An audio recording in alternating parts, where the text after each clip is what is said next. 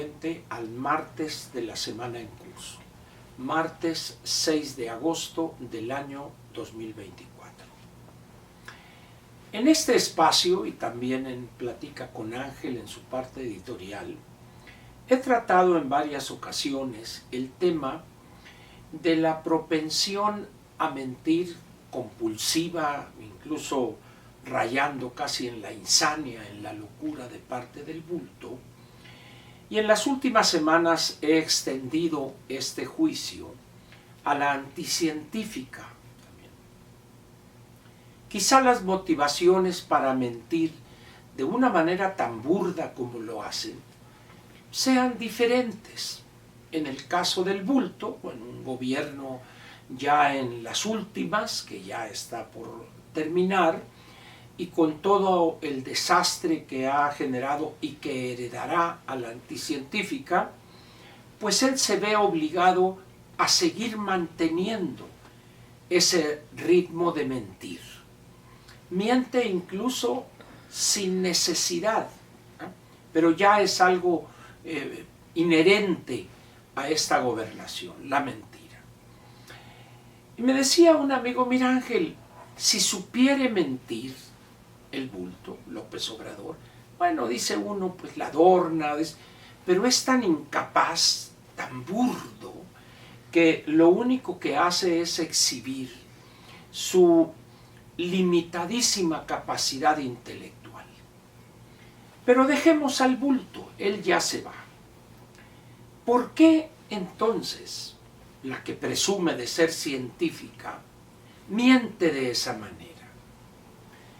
Uno de los elementos de la ciencia, o de hacer ciencia, o de uno de los elementos que debe cumplir una persona para llamarse a sí mismo científico, es el de privilegiar la objetividad, el privilegiar la verdad de lo que arroja un experimento o cálculos. Dicho de otra manera, un científico que se precie de serlo es una persona que rechaza de entrada la mentira y privilegia la verdad o la objetividad, si usted lo prefiere así.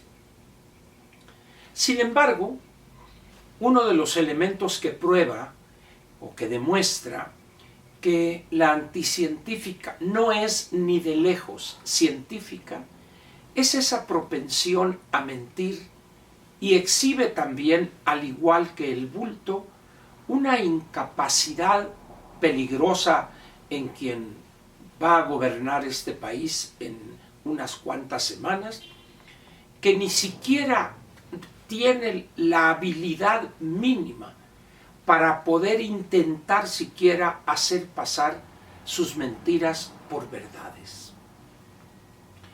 Algunos comentan que miente porque se ve obligada a contemporizar con el bulto, que no puede exhibirlo porque sufriría consecuencias negativas de una conducta así. Sin embargo, yo no compro ese argumento. Siento que la anticientífica miente porque es igual que el bulto. La demagogia, la falta de honradez intelectual que la guía o que la guían, la lleva a mentir, a veces repitiendo las mentiras que profiere el bulto y en otros casos inventando ella mentiras propias. De manera tan burda que la realidad la exhibe casi de inmediato. Y lo que ha sucedido en estos últimos días ratifica esto. A raíz de esta situación en los mercados bursátiles en el mundo, se lanzó ella a defender lo indefendible. No nos afecta, las finanzas públicas están sólidas, el mercado interno para acá y para allá. Y dice uno, ¿qué hago ante esta actitud, esta conducta y estas frases de la anticientífica? ¿Me río? ¿Me pongo a llorar? ¿O me hinco a rezar? Ninguna de las tres cosas. Simplemente hay que aceptar las cosas como son. La anticientífica es una copia burda, chafa, en corriente, diríamos, del bulto. No sería la primera política ni el primer político que miente. No, eso está fuera de toda discusión. El problema aquí es mucho más grave que mentir. Aquí el problema de la anticientífica es la cruda realidad que va a recibir como consecuencia de la tragedia del gobierno de la 4T, que en menos de 2 meses va a terminar. ¿Y por qué afirmo esto? Porque la herencia que recibirá de parte del bulto y su gobernación llevará a la anticientífica a tener que tomar medidas desesperadas para, primero, intentar hacer que las cuentas cuadren, cosa que hoy, y con las perspectivas de crecimiento económico que hay para el 2025, suena imposible esa ilusión. Sin embargo, eso no parece preocupar a la anticientífica. Piensa que como tuvo éxito López el bulto mintiendo todos los días, ella también lo podrá hacer. Sin embargo, no es lo mismo, dice el refrán, los 3 mosqueteros que 20 años después. Ni tiene ella la ascendencia sobre los ciudadanos, ni tiene ella la habilidad mínima para poder intentar hacer pasar mentiras como verdades a medias. De tal manera, pues, que esa gran crisis en materia fiscal y también de las finanzas públicas va a llegar más pronto de lo que imaginábamos o de lo que algunos especialistas proyectaban. Difícilmente aguantará todo el sexenio, todo su gobierno, mintiendo de una manera tan burda ante la realidad que enfrenta el país, su economía, la convivencia política y la parte social, valga la redundancia, de la sociedad mexicana. No hay dinero, no habrá recursos que medianamente alcanzaren para enfrentar los compromisos presupuestales que le hereda este gobierno. Alguien dirá, Ángel, no te preocupes, hombre, se puede endeudar difícilmente. Hemos llegado a un punto donde con tasas cercanas al 11%, intentar endeudarse sería suicida. La cantidad de recursos que tiene que destinar el próximo gobierno para el servicio de la deuda no tiene parangón en la historia contemporánea de México. Además, una economía que va a recibir estancada, las proyecciones hoy rondan el 1.2% para el año próximo, y para el cierre del 24 de este año estamos hablando de un crecimiento menor quizá al 1.6-1.7%. Eso presenta un panorama trágico para la anticientífica. ¿Por qué? Porque por más elegante que sea su forma de decir una mentira, la realidad está ahí muy cerquita frente a ella. Pero dejen ustedes que esté frente a ella. Es una realidad que ya está golpeando a millones de mexicanos. Bastaría revisar las cifras de creación de empleos formales que mes a mes da a conocer el Instituto Mexicano del Seguro Social. Bastaría con revisar las cifras del consumo.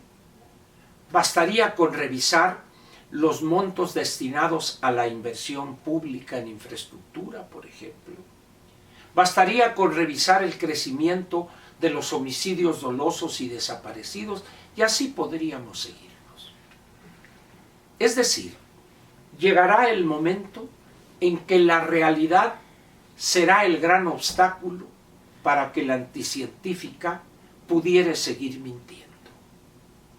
Lo aceptará ella indiscutiblemente que va a intentar no ceñirse a esas constricciones económico-financieras. Pero el intento que haga, lo único que va a hacer es acelerar la debacle. ¿Qué va a decirle a millones de mexicanos que, esperanzados en las dádivas, piensan que se puede vivir sin trabajar? ¿Acaso los va a convencer que están incluidas esas dádivas en la Constitución? Si la Constitución, al incluir esas medidas demagógicas y fantasiosas, se generaren los recursos para sufragarlas, no habría ningún problema. No habría país pobre, no habría pobres en el mundo. Sin embargo, incluir esos programas en la Constitución no cambia el panorama. ¿Qué va a suceder con esos millones de adultos mayores que de repente habrá que decirles, de entrada, que habrá que congelar lo que hoy reciben y quizá pronto decirles que incluso pudiere reducirse y además elevar la edad necesaria para poder recibir esas dádivas? ¿Qué irán a decir ellos? ¿Se irán a conformar con que con una situación donde ya ni siquiera tendrán para comprar las medicinas que hoy ya no les... El Seguro Popular desapareció y el IMSS Bienestar está imposibilitado para darles no solo la atención médica mínima, deje usted cirugías, medicamentos? Va a ser una situación interesante que sin duda se verá reflejada esta situación en las elecciones intermedias del 2027. Gubernaturas y la Cámara de Diputados y algunos congresos locales estarán en juego el 27 de aquí a 3 años. ¿Qué hará la anticientífica para intentar paliar el cúmulo de derrotas que va a recibir Morena y los suyos? ¿Quién sabe? Pero lo único que puedo afirmar es que lo único que podrá entregar serán más y más mentiras, y todas más burdas que las que hoy nos entrega. Muchas gracias por su presencia y lo espero mañana miércoles aquí en la Mañanera de Ángel. Hasta mañana y gracias, y no olvide, hoy martes a las 7 habrá Platica con Ángel. Gracias otra vez.